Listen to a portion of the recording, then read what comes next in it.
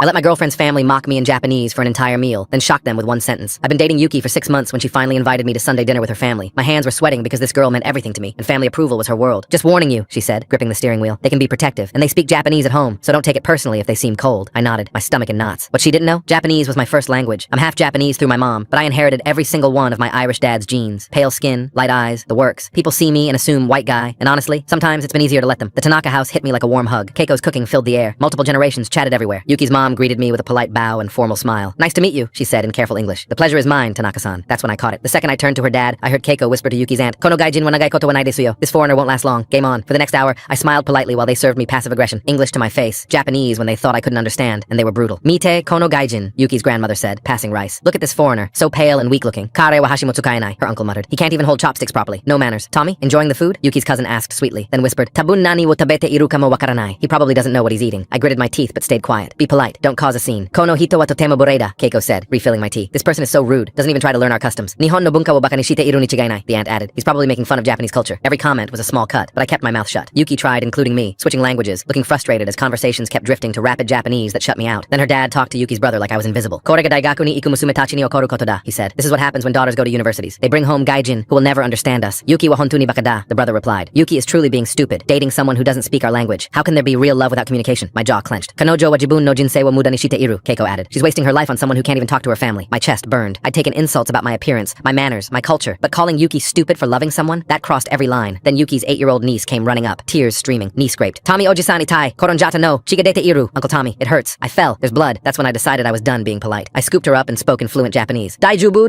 misete, taishipita koto nai kedo, kirei ni shu. Every conversation stopped. Chopsticks froze midair. I carried her to the kitchen, my voice carrying back as I cleaned her scrape. Obachan ga itsumo ite ita no, kazoku no kisu ga ichiban yoku naosute. The silence was deafening. When I returned, 15 pairs of eyes stared at me like I'd risen from the dead. Itsu kara nihongo wo hanashite iru no, her father whispered. I looked him straight in the eye. Umareta toki kara, since I was born. Keiko's face went white. Ya, kite itanoka, then you heard. Zenbu, everything. I switched to perfect Japanese. I heard how I'm just another weak, pale gaijin with no manners, how I can't use chopsticks, how I'm making fun of your culture. But what hurt most was hearing you call the woman I love stupid for choosing me. Complete silence. My name is Jacob Yamamoto O'Connor. My mother is Yamamoto Michiko from Kyoto. I was raised speaking both languages, spent summers with my Obachan, and yes, I know authentic Japanese culture. Yuki's grandmother stood up, tears streaming. Tommy-kun, gomen nasai. I'm so sorry. I stayed quiet to show respect, I continued. Even when you talked about me like furniture, even when you questioned whether I could truly love Yuki, the little niece tugged my shirt. Tommy Oji-san, tell them about Obachan's garden. I looked around the table, then at Yuki, who was staring like she'd never seen me before. Maybe another time, I said softly. I kissed Yuki's forehead. I'm going home. You have family business to handle. 2 days later, her dad called. Jacob-kun, we owe you an apology. Come back this weekend. Keiko wants to make her Obachan's katsu. Only if you keep speaking Japanese. I'm dying to tell you about the time my Obachan chased door-to-door salesmen with a bamboo broom. That weekend, the niece introduced me as Tommy Oji-san, who speaks 2 languages and tells the best stories. Her grandmother cried when she realized my Japanese was more formal than her grandchildren's.